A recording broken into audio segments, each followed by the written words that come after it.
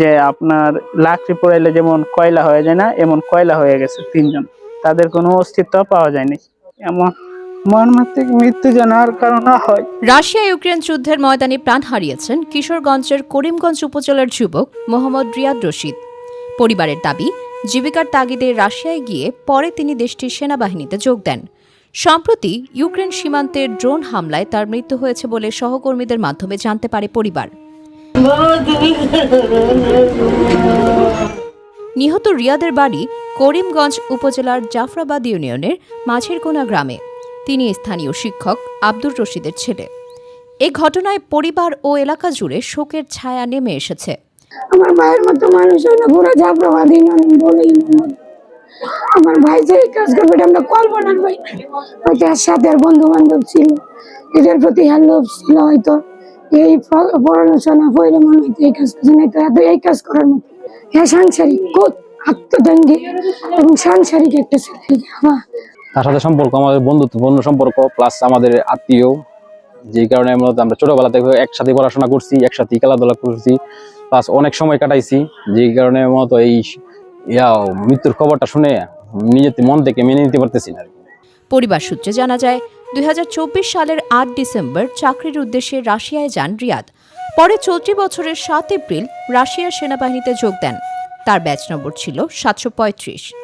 শুক্রবার 8 মে সন্ধ্যায় রিয়াদের সহকর্মী ও বন্ধু লিমন দত্ত ফেসবুক মেসেঞ্জারের মাধ্যমে পরিবারের সদস্যদের মৃত্যুর খবর জানান।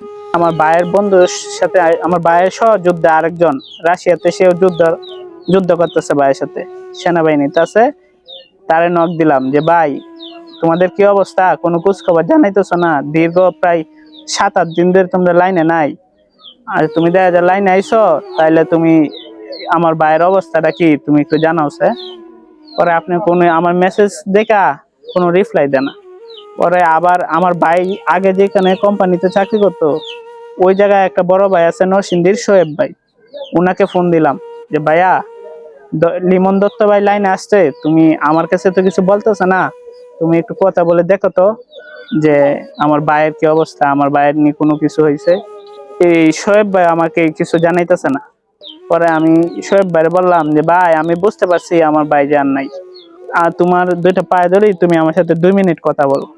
পরে শোয়েব ভাই, অনেক ভালো সম্পর্ক ছিল, অনেক আদর করতো শোয়েব ভাইকে। তার মৃত্যুর খবরটা শুনে হয়তো সে অনেক কান্নাকাটি করতেছে। পরে আমার ফোন দিছে, কান্নার জন্য সে কথা বলতে পারে না বেশি, খালি বলছে যে পিয়াস সব শেষ, তোমার ভাই আর বেঁচে নাই।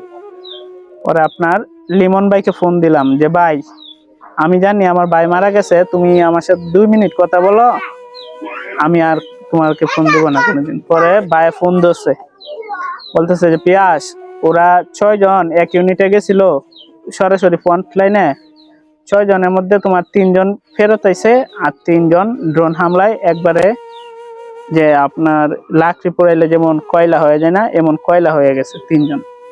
তাদের কোনো অস্তিত্ব পাওয়া যায়নি। লিমন দত্ত রাশিয়ার একই সেনা ক্যাম্পে কর্মরত ছিলেন। তার বাড়ি নরসিংদী জেলায়। লিমন দত্ত জানান, গত 2 মে রাশিয়া নিয়ন্ত্রিত ইউক্রেন সীমান্ত এলাকায় ইউক্রেনের ড্রোন হামলায় 2 বাংলাদেশি ও 1 নাইজেরিয়ান সেনা সদস্য নিহত হন। আহত হন আরও 3 জন।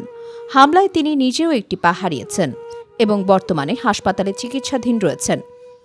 নিহতের ছোট ভাই আলফাজ রশিদ পিয়াস জানান, বাংলাদেশে কিংবা অন্যান্য দেশে আর কোনো মায়ের বুক যেন এভাবে খালি না হয়, এমন মর্মান্তিক মৃত্যু যেন আর কারো না হয়।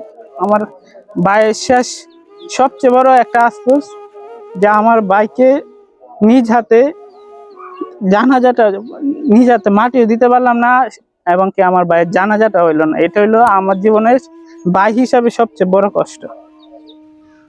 কান্নাজড়িত কণ্ঠে রিয়াদের বাবা জাফরাবাদ উচ্চ বিদ্যালয়ের সাবেক শিক্ষক আব্দুর রশিদ বলেন, সে সেনাবাহিনীতে যোগ দিয়েছে এটা আমাদের জানায়নি, জানলে কখনো যেতে দিতাম না। এখনো ছেলের মরদেহ পাচ্ছি না, শুনছি ড্রোন হামলায় সব শেষ হয়ে গেছে। সে খুব মিশুক ছিল এবং এরকম কোনো কাজ নাই যে সে দিলেন, এটা দায়িত্বটা দিলেন সে পালন করে আসতো, এরকম ছিল। আর শেষ আলাপটা এই জিনিসে আমি আর কেন যাইতেছি, কোথায় যাই এটা আমার হয় না। আমার হেন গেলে নতুন নেটওয়ার্ক পাইতে দেরি হবে, তো চিন্তা করবো না, আমি ভালো থাকবো, নেটওয়ার্ক পাই তোমার মোবাইল করা। আমি কি দরকার আছি। আর এই কথা কইছে না যে আমি আর্মি চাকরি আমারে না হচ্ছে বেয়ে দিই যে আব্বারে যাতে না শুনে, শুনলে তো আমি নিষেধ দেবো যে আমার এই টাকার দরকার নেই, আমার এটা চাকরির দরকার নেই, কারণ পরিস্থিতি, দেশের পরিস্থিতি তো আমি নিজেও জানি। এইটুকুই তো। আর স্থানীয়রা জানান, রিয়াদ শান্ত স্বভাবের ও ভদ্র ছেলে ছিলেন।